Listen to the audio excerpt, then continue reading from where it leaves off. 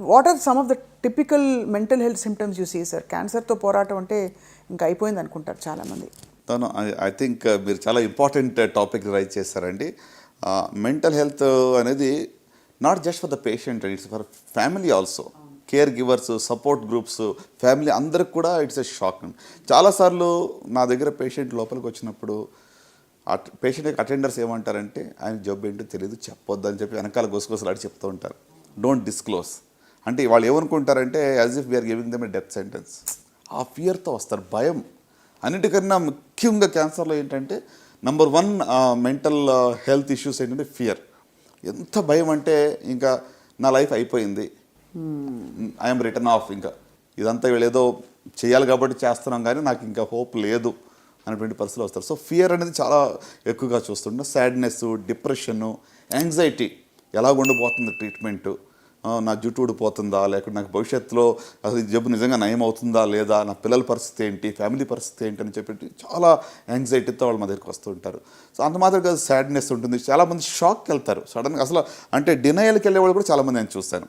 ఇది diagnosis correct కాదు, repeat చేయండి, మళ్ళీ బయాప్సీ చేయండి అని చెప్పి చాలామంది అడుగుతూ ఉంటారు. సో ఇట్లా వేరీడ్ ఫార్మ్స్ ఆఫ్ ప్రజెంటేషన్, భయంతో మొదలయ్యి యాంగ్జైటీతో ఉంటూ, లేక ఎంతో డిప్రెషన్ కానీ, లేకుంటే డినయల్ కానీ, లేకుంటే సమ్ కైండ్ ఆఫ్, అంటే వాళ్ళకి ఎట్లా అంటే sometimes it's mixed emotions వాళ్ళకి. అవును, అంటే కొంతమంది ధైర్యంగా ఉన్నట్టు ఉంటారు కానీ పైన outwardly they are acting as if they are very strong, but deep within they are very much scared.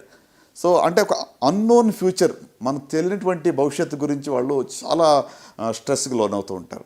So ఇవి అంటే నిజంగా చెప్పాలంటే ఈ ఇష్యూస్ని పబ్లిక్గా మాట్లాడుకోవడం కూడా చాలా తక్కువ. Correct sir. People go through it, అందరూ దీన్ని అనుభవిస్తారు కానీ చెప్పుకోలేరు. దీన్ని ఎవరి దగ్గరికి వెళ్ళి హెల్ప్ తీసుకోవాలి, ఎలా చెప్పాలని కూడా తెలియదు. అట్లా చాలాసార్లు ఏమవుతుందంటే ఈవెన్ డాక్టర్స్ దగ్గర కూడా అంత ఎక్కువగా వాళ్ళతో టైం స్పెండ్ చేయడానికి వాళ్ళకి టైం ఉండదు. అవును. సో వచ్చి వాళ్ళని పంపించేస్తారు, వాళ్ళకి ఉన్న ఆ యొక్క నీడ్ని ఎవరు కూడా అడ్రస్ చేయటం లేదు. So I think the biggest gap నేను అనుకున్నది ఏంటంటే మెంటల్ హెల్త్కి సపోర్ట్ చాలా తక్కువగా ఉంది. అంటే ఇప్పుడు కేర్ గివర్స్ కానివ్వండి, లేక డాక్టర్స్ కానివ్వండి, వాళ్ళు what they are going through అర్థం చేసుకుని కొంచెం వాళ్ళకి ధైర్యం చెప్పగలిగితే చాలా వరకు వాళ్ళకి తగ్గుతుందని అనుకుంటాను. మనకి ఏమన్నా ఫౌండేషన్ నెట్వర్క్స్ ఉంటాయా సార్ ఇలాగంటే సపోర్ట్ గ్రూప్స్ లాంటివి? అయ్యో డెఫినెట్లీ అండి. అంటే ఒకటండి, ఇప్పుడు ఈ స్ట్రెస్లో రావడము, లేక యాంగ్జైటీ, ఫియర్ రావడం అనేది సర్వసాధారణం. ఇదేదో వింతైన ప్రాబ్లం కాదు. మెంటల్ హెల్త్ డిస్టర్బెన్స్ అనేది మరి క్యాన్సర్ డయాగ్నోస్ వచ్చినప్పుడు ఖచ్చితంగా వస్తాయి. సో దీన్ని ఎలాగ మనం అధిగమించాలని చూస్తే నంబర్ 1 నేనేమనుకుంటానంటే ప్రొఫెషనల్ హెల్ప్ తీసుకోవాలి. సో నాకు ఈ భయంగా ఉంది, నాకు దీన్ని నేను ట్యాకల్ చేయలేకపోతున్నాను, నా ఎమోషన్స్ని నేను మరి కంట్రోల్ చేయలేకపోతున్నాను అని మనం ఒక ప్రొఫెషనల్ హెల్ప్ దగ్గరికి వెళ్ళడం మంచిది. ఒక కౌన్సిలర్ కానివ్వండి, లేక సైకాలజిస్ట్ కానివ్వండి, చాలామంది ఇప్పుడు ఈ రోజుల్లో అందుబాటులో ఉన్నారు, ఆన్లైన్లో కూడా మీరు తీసుకొచ్చి కావాలంటే. సో అది ఒకటి. రెండోది మీరు అడిగారు, ఇప్పుడు ఇందాక చెప్పారు కదా సపోర్ట్ గ్రూప్స్, చాలా వాటికి ఇప్పుడు సపోర్ట్ గ్రూప్స్ కూడా ఉన్నాయి. బ్రెస్ట్ క్యాన్సర్ సర్వైవర్స్ గ్రూప్ ఉంది, లేకపోతే పీపుల్ అంటే మనకులాగానే వేరే ఇదే జబ్బు గుండా ప్రయాణం చేసిన వాళ్ళు ఇక స్టోరీస్ మనం వింటే మన ధైర్యం వస్తుంది. అవును, కరెక్ట్ సార్. సో కనుక అలాంటి గ్రూప్స్ చాలా ఉన్నాయండి. ఇప్పుడు ఈవెన్ మా యొక్క ఫౌండేషన్ ద్వారా కూడా వీఆర్ సపోర్టింగ్ సచ్ యాక్టివిటీస్ అనమాట. అంటే కొంతమంది సర్వైవర్సే ఒక గ్రూప్ లాగా వచ్చి వాళ్ళు ధైర్యం చెప్తున్నారు, ఎస్పెషల్లీ బ్రెస్ట్ క్యాన్సర్ సంబంధించి we have done in the past, ఇప్పుడు కూడా చేస్తున్నాం. అంటే వాళ్ళు ఏం చెప్తారు, పూర్తిగా నయం అవుతుంది, మనం నార్మల్ లైఫ్కి తిరిగి వస్తామనా? అంటే వాళ్ళు ఫస్ట్ థింగ్ ఏంటంటే ఈ యొక్క డయాగ్నోసిస్ గురించి మీరు అన్నెసరీగా స్ట్రెస్ అవ్వకూడదు. ఇప్పుడు ఫస్ట్ స్టేజ్ 1 డిసీజ్ ఉన్న వాళ్ళు కూడా ఇక రేపమ్మప్ప నేను వెళ్ళిపోతానన్న పరిస్థితులు భయపడుతూ ఉన్నారు. ఇట్స్ నాట్ నేను ఇప్పుడు ప్రతి క్యాన్సర్ 100% క్యూర్ చేస్తాము, నయం చేస్తామని I'm not give a wrong claim. Even with ఇంత మంచి అడ్వాన్స్డ్ టెక్నాలజీ ఉన్నా కూడా స్టేజ్ మీదనే డిసీజ్ ఆధారపడి ఉంటుంది, అవుట్కమ్స్ ఆధారపడి ఉంటాయి. But at the same time మనం మేనేజ్ చేయగలిగింది, మనం నయం చేయగలిగింది కూడా నయం కాదు అనుకునేది ఎక్కువగా కనబడతా ఉంది. So I think we have to ట్యాకల్ that issue first అనమాట. సో అందుకు మీరు అన్నట్టుగా సపోర్ట్ గ్రూప్స్ చాలా హెల్ప్ఫుల్ అండి. ఇంకొకటి సపోర్ట్ గ్రూప్స్ అంటే ఇందులో చాలా వరకు ఏంటంటే మా ఇంటి పక్క వాళ్ళకి ఏమో తీసుకున్నారు, వాళ్ళకి జుట్టు ఊడిపోయింది, వాళ్ళు చాలా ఇబ్బంది పడ్డారు కాబట్టి నాకు ఆ బాధ వద్దు, ఇది కూడా ఉంటుంది. ఇది negative impact of somebody else's experience. మా దగ్గర చాలామంది ఏంటంటే మా బంధువులు ఎవరికో ఇది మేము చూసాము, సో మాకు అలాగ అవుతుంది, మాకు వద్దు. అరే వాళ్ళ జబ్బు వేరు, వాళ్ళ స్టేజ్ వేరు, వాళ్ళ యొక్క డిసీజ్ యొక్క బయాలజీ వేరు, వాళ్ళకి ఇచ్చిందే మీకు ఇవ్వాలని ఏమి లేదు కదా. అవును, కరెక్టే కదా సార్. సో అంటే మనము we are comparing orange with apple. Correct. So అంత డిఫరెన్స్ ఉంటుంది. అందుకోసము అనెక్డోటల్ ఎగ్జాంపుల్స్ ఎవరికో జరిగిందని తీసుకుని కంపేర్ చేయడం కరెక్ట్ కాదు. సో ప్రొఫెషనల్ సపోర్ట్ గ్రూప్స్ ఉన్నాయి, ప్రొఫెషనల్ కేర్ గివర్స్ ఉన్నారు, కౌన్సిలర్స్ ఉంటారు, వాళ్ళ దగ్గరికి వెళ్ళొచ్చు. అన్నిటికన్నా ముఖ్యంగా నేనేమంటానంటే develop a rapport with your doctor. మీ డాక్టర్ దగ్గర మీరు ర్యాపో డెవలప్ చేసుకుని మీకు ఏమున్నాయని క్లియర్గా అడగండి. So it's okay to break down. మీరు ఇప్పుడు డయాగ్నోస్ విన్నప్పుడు స్ట్రెస్ వచ్చినప్పుడు లోపల దాచిపెట్టుకోండి, ఎక్స్ప్రెస్ చేయకండి అని చెప్పట్లేదు.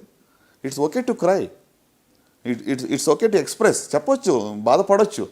అంటే అలా చేయడం వల్ల కూడా మీరు కొంచెం ఫ్రీ అవుతారు. అంటే మిగతా డిసీజెస్కి సార్ దీనికి ఒక ప్రధాన తేడా అనిపిస్తుంది.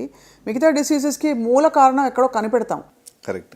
ఇది సడన్గా ఒక పెద్ద రాయి వచ్చి తన నెత్తి మీద పడ్డట్టు క్యాన్సర్ని నేనేం చేశానని నాకే ఎందుకు అని ఒక బిట్రేయల్ ఫీల్, జీవితం నన్ను వెన్నుపోటు పొడిచిందనే ఫీలింగ్ వస్తుంది కదా సార్. కరెక్ట్. అక్కడి నుంచి ఇంకా ట్రీట్మెంట్కి రిసెప్టివ్ అవ్వడం, ట్రీట్మెంట్ ప్రాసెస్లో అయ్యే ఇబ్బందులు తట్టుకోవడం, కరెక్ట్.